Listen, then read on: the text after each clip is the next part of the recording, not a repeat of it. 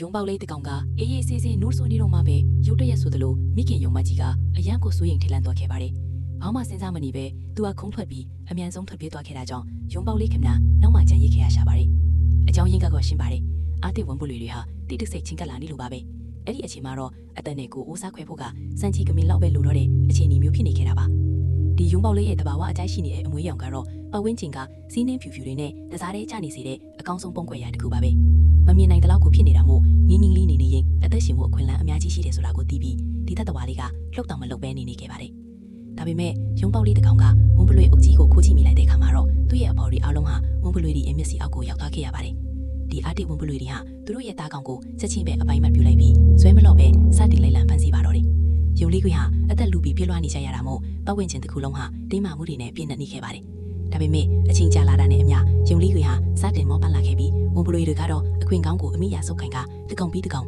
အုံမိုးဖန်ဆီးလိုက်ပါတော့တယ်။ဝန်ပလွေတွေဟာသားကောင်အများကြီးကိုဖမ်းမိထားပေမဲ့လည်းသူတို့ရဲ့စားလောင်မှုကိုတော့မပြေပြောက်စေခဲ့ပါဘူး။မကြခင်မှာဝေးဖွားလာတော့မဲ့ဝန်ပလွေပေါက်လေးတွေကိုကျွေးမွေးဖို့အတွက်အစားတွေပို့လို့အဲ့နေလို့ပါပဲ။အဲဒါကြောင့်ဝန်ပလွေတွေဟာသူတို့ရဲ့နေပြူရာကိုအမြန်ပြောင်းလဲလိုက်ပြီးအရွယ်ရောက်ပြီးသားယုံကြီးတွေကိုပဲအာယုံစိုက်လိုက်ပါတော့တယ်။ဝန်ပလွေအုပ်စုရဲ့ခေါင်းဆောင်ကအမိန့်ပေးလိုက်တဲ့အခါမှာတော့တအုပ်စုလုံးအမြန်စုစည်းမိသွားပြီးယုံကြီးတွေကိုအာယုံစိုက်ပြီးတိုက်ခိုက်ပါတော့တယ်။ဒီယုံကြီးတွေကလည်းတနာရီကို60ကီလိုမီတာအနှုန်းအထိပြေးနိုင်တာကြောင့်မယုံနိုင်လောက်အောင်ကိုမြန်ဆန်ကြပါတယ်။သူတို့ရဲ့သွက်လက်ဖြက်လက်တွေကိုခန္ဓာတွေကြောင့်ဝန်ပလွေကအတွက်ဖန်ရခံနေစေခဲ့တာပါ။အချိန်ချင်းလိုက်လံဖန်ဆင်းပြီးတဲ့နောက်မှာတော့ဝန်ပလွေဟာယုံမွေးအနေငယ်ကိုပဲဖန်ဆုပ်နိုင်ခဲ့ပါတယ်။အောင်မြင်မှုကလက်တကအလုံးမှာရှိနေသလိုထင်ရပြီးမြဲလေယုံတွေဟာနောက်ဆုံးမိနစ်မှာအမြဲတမ်းလွတ်မြောက်သွားခဲ့ကြပါတယ်။ဒါပေမဲ့ဝန်ပလွေတွေဟာလက်မလျော့ခဲ့ပါဘူး။အဖွဲ့ကိုဖျက်လဲစုဖွဲ့ပြီးနောက်မှာတော့အရင်ထပ်ပူတီပြင်းထန်တဲ့တိုက်ခိုက်မှုကိုစတင်လိုက်ပါတော့တယ်။ဒီတစ်ချိန်မှာတော့အဓိကအမဲလိုက်သမားလေးကောင်ကိုဆေးလွတ်ခဲ့ပြီးခေါင်းဆောင်ဝန်ပလွေကနောက်ကနေကတ်လိုက်လာသလိုတခြားအဖွဲ့ဝင်တွေကလည်းဘေးတစ်ဖက်တစ်ချက်စီကနေဝိုင်းထားလိုက်ကြပါတယ်။ဝန်ပလွေတွေဟာယုံတွေရက်thứcပေါက်မှန်သမျှကိုပိတ်ဆို့လူနီးပါးဖြစ်သွားခဲ့တာမို့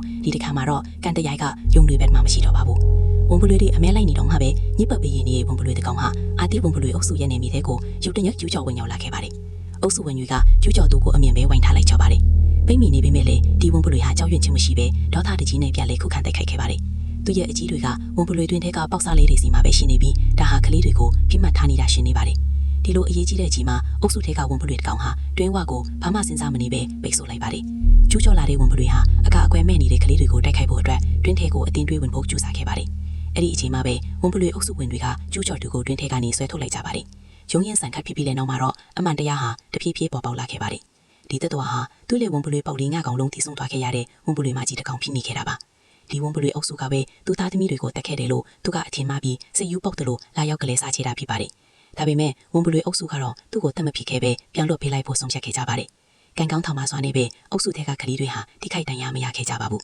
။ဒါနဲ့ဒီဝန်ပလွေမကြီးဟာသူ့ရဲ့ကလေးငါကောင်ကိုဘယ်လိုမျိုးဆုံးရှုံးခဲ့ရတာပါလဲ